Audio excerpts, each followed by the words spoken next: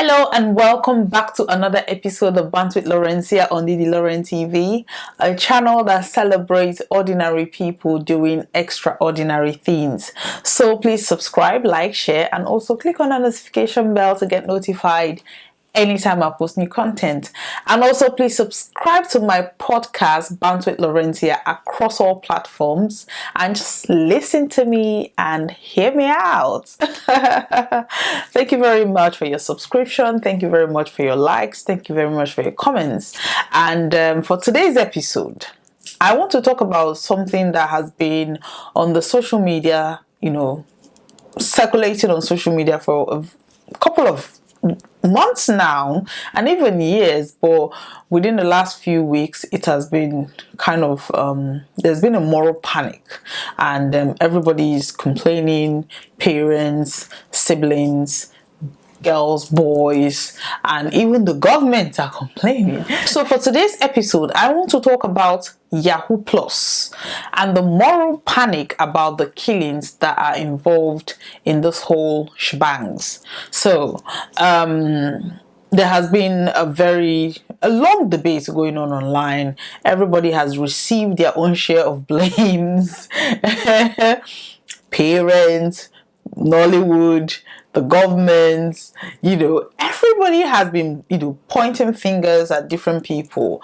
But I think before I go into this topic, I'd like to give you a background so that we know that the blame can go around to everybody, but that is not the solution. We are talking about solutions. So for those who don't know, Yahoo-Plus is basically internet fraud, romance scam, which are now involving ritual killings because they want, people to just, they want to kind of jazz people to give them whatever they ask for without any questions asked. I want us to go back because I want to give us kind of an evolution of Yahoo-Plus. So we have the first generation, we have the second generation, and we have the third generation. Emmanuel Modu in 1995, he was a banker.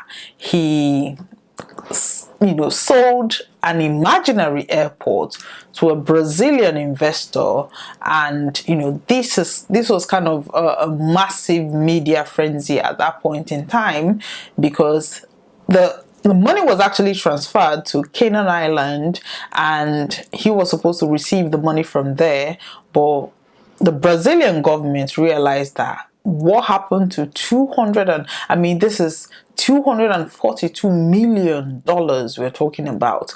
They were kind of asking questions. Where have half of their resources gone to? And they started making investigations. That was when they realized that the money was in Canaan Island, and they stopped that transaction. Although the money fell through, or the deal fell through, he wasn't jailed, he wasn't persecuted, there was no charges brought to him because, although I think he was sacked or something, but that was the end of it. So that kind of inspired a whole new generation of people wanting to toe that line.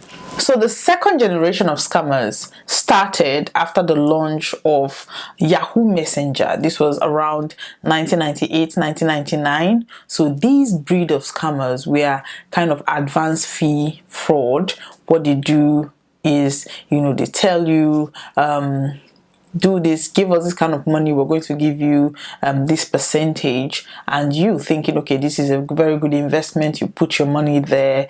People lose money, people lose their life savings. Although people were profiting, but not everybody knew about it because then people don't even understand what the whole thing was all about. Just a few people that understand that. Then in 2007, Nigerian musician Olumintain released a song called Yahooze, where he kind of glorified and glamorized the internet fraud. These are the second generations, and this second generation, Hush Puppy, if you don't know Hush Puppy, please Google Hush Puppy. Hush Puppy is the poster child of the second generation of scammers because he not only scam people, he also was able to flaunt the wealth on social media. I mean, he was called the Gucci master. He didn't really care. Did not have any profession, but he was flaunting a whole lot of, wealth on Instagram, and he had over 2.5 million or 2.4 million followers. These are now the third generation of scammers looking up to this guy, idolizing this guy, and all they want to do is to get into scamming. Nobody wants to work, nobody wants to follow due process. They go to all these chief priest, herbalist, or black magic to get powers, to make sure that when they talk to you on the phone, or when they are talking to you or messaging you, anything they are telling you, you're doing that without asking questions. And these rituals, and they have to perform certain rituals to make sure to enable that to happen. And this most times involve blood rituals, and they need somebody, sometimes it's not just blood, you have to get human parts to carry out these rituals. And most times they use their girlfriends. So you can imagine a 16-year-old or a 17-year-old using their girlfriend, who is also 16, 17, to do money rituals. And this is where you see a lot of, there's a whole more, there's moral panic going on social media regarding different killings on a daily basis. The recent one that kind of made everybody sit up was a case of 3 children. These are between the ages of 8 and 10, and they went to a compound where they saw younger guys or younger, boys living, or young adults, and they knocked at the gate and they said, the person was asking them, why are you here? Who are you looking for? And they said they are here to learn Yahoo. You can imagine children of 8 to 10 years thinking this is a career path for us to do, and we don't even have to grow up to do these things. We have to start now. I think this was where everybody lost their minds, because there was more panic about it. Everybody was like, what is going on? This is now an issue that we need to address. People were pointing fingers. Some people argue that, it's social media is the devil. You see people come online posting different achievements while they have not done anything, and we cannot even question, because if you even question the source of this wealth, they see you as a hater. They say, why would you go and get your own money? Why are you even asking those questions? So some people argue that social media has been, an enabler to this whole thing. Other people argue that, well, for the ritual killings, Nollywood is to blame. So Nollywood pioneers said, no, this is not our problem. Even these younger kids that are doing Yahoo-Plus, they are not even watching Nollywood movies. Most of them are always online watching American movies.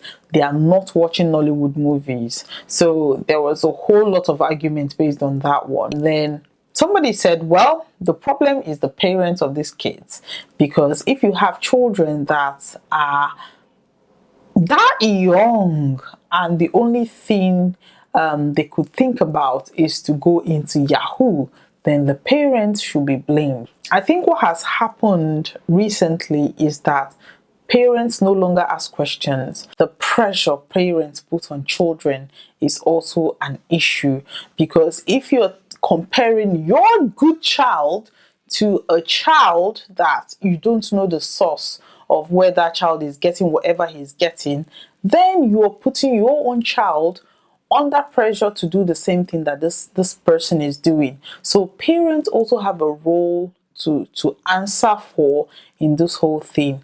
Train your child, teach them the principle of finance, teach them the processes in life. Some people don't want to do the work. All they want is they just want to sit down and money flying from trees, and people slapping them with different amount of money. They're receiving a lot every day while just chilling. They just want to sit down and chill while they get money. This is the reason why people are going into diabolical means to get money. We have to do better. We have to teach our children better. The society, gone are the days when they say a village raise children. It takes a village to raise a child. Now nobody is asking questions, because once you ask questions, they see you as the bad person, the hater. If you raise a concern about certain things, you become the hater. So people no longer ask questions. We have kind of normalized Yahoo. How do you even start addressing such issues? It's a big problem. I don't think it's a problem that is going to go away anytime soon. I just pray that we kind of start unlearning and relearning certain things that would help us. If we understand the process of making money, if we teach our children the simple basic concept of finance, I don't think any child will wake up one day and start talking about millions when they haven't even gotten any there's no they've not even gotten £1 or $1, and they're talking about millions of dollars or hundreds of thousands of dollars. And then there's a disconnect. There's a disconnect there. I cannot even blame anybody. Like, everybody have their own responsibility. Each human being, regardless of your orientation, regardless of your background, you have a choice. It boils down to choice. Do you choose to be a Yahoo person to get rich quick and then everything fizzles? Or do you want to actually go through the process to learn, how to make money, save money, invest money, and eventually become wealthy? Do you want to go through that process? These are the choices that you have, and you have to make those choices. You look at Hush Puppy, and then you look at somebody who is really just saving and investing, and who is free. The person that is saving and investing, while Hush Puppy is currently chilling with the FBI pending his indictment. So let us make better choices. Let us sit down and make choices, regardless of what the society is telling you, regardless of what your parents is telling you. You are a youth. You are just starting life. You have your whole life ahead of you to do whatever you want to do. Don't cut it short by getting involved in money rituals just because you want to drive Benz, you want to chill with the big boys, you want to bam bam. Don't do that. Understand that everything in life has a process, and once you go through different processes in life, you're going to be fine. Any lifestyle that somebody has chosen is their choice. I don't think we can blame Nollywood. I don't think we can blame the parents. I don't think we can blame the society, because this same Nollywood, this same parents, this same government, this same society are producing people who are working genuinely to make something out of for themselves, while some people choose to go through the Yahoo-Plus and all those kind of things. So it's a matter of choice. Understand the choices you're making for yourself. Understand the consequences of those choices. If you're happy with that, then that's okay. If you're not happy, then try to change things for yourself. So that's all I have for you today. I know today's episode is very heavy. This is a heavy topic. It's not something to laugh about. It's not something to make fun of. And I hope that we make better choices. So thank you very much for watching today's episode, and see you same time next week. And also subscribe to my podcast across all podcast platforms. Bands with Laurencia. Thank you very much. Bye bye.